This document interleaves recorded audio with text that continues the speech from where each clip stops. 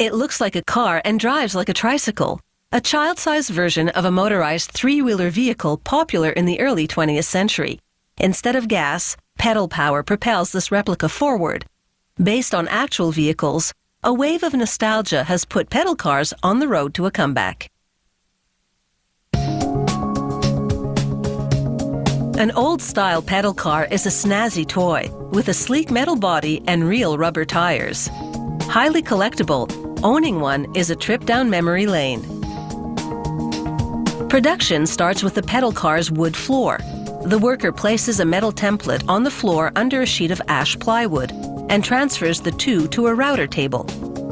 With a pin in the template below to guide him, he moves the plywood as the router cuts it. This produces a part that's the precise size and shape needed for the pedal car floor.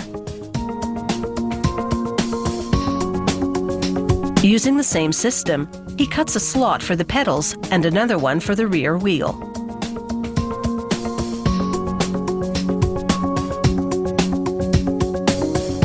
He evens the edges with a hand router, giving the pedal car floor a finer look and feel. He glues supports for the backrest close to the rear of the floorboard. He props the backrest against the supports and screws it into position.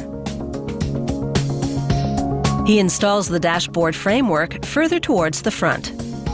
Next, they varnish the laminated ash dashboard a deep, rich hue to replicate the look of the one in the original three-wheeler vehicle.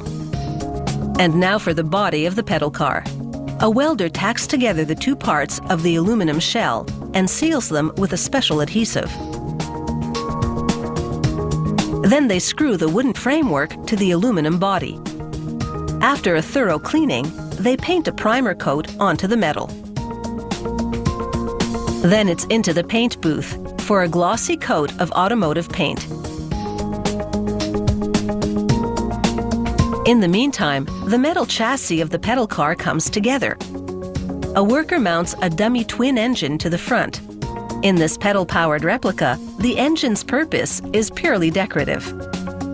The headlights, though, are real. He attaches those to the chassis, complete with the hooded framework distinctive to the original full-sized three-wheeled car from a century ago.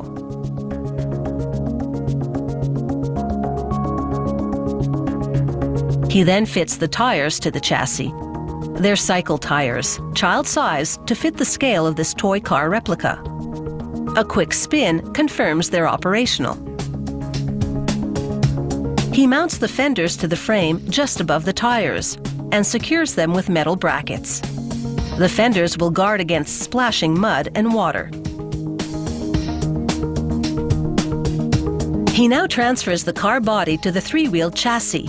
He aligns it with fixing points on the chassis and then screws it into place. Next, he hooks up the exhaust pipe. Like the engine, it's an imitation, but it looks real. He fits an aluminum grille to the front of the pedal car, just behind the mock engine. He installs a small windshield in front of the pedal car cockpit.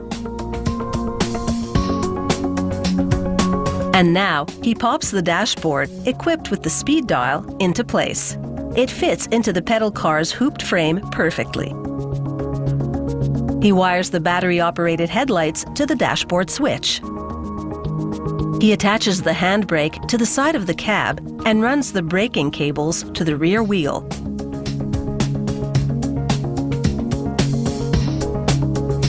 He threads the steering wheel column down through the dashboard to steering arms on the front wheel axle. He clamps it to the steering arms and makes some adjustments to precisely position the column to the shaft. He fits the padded leather seat into the cab and completes the construction of this pedal-powered replica car.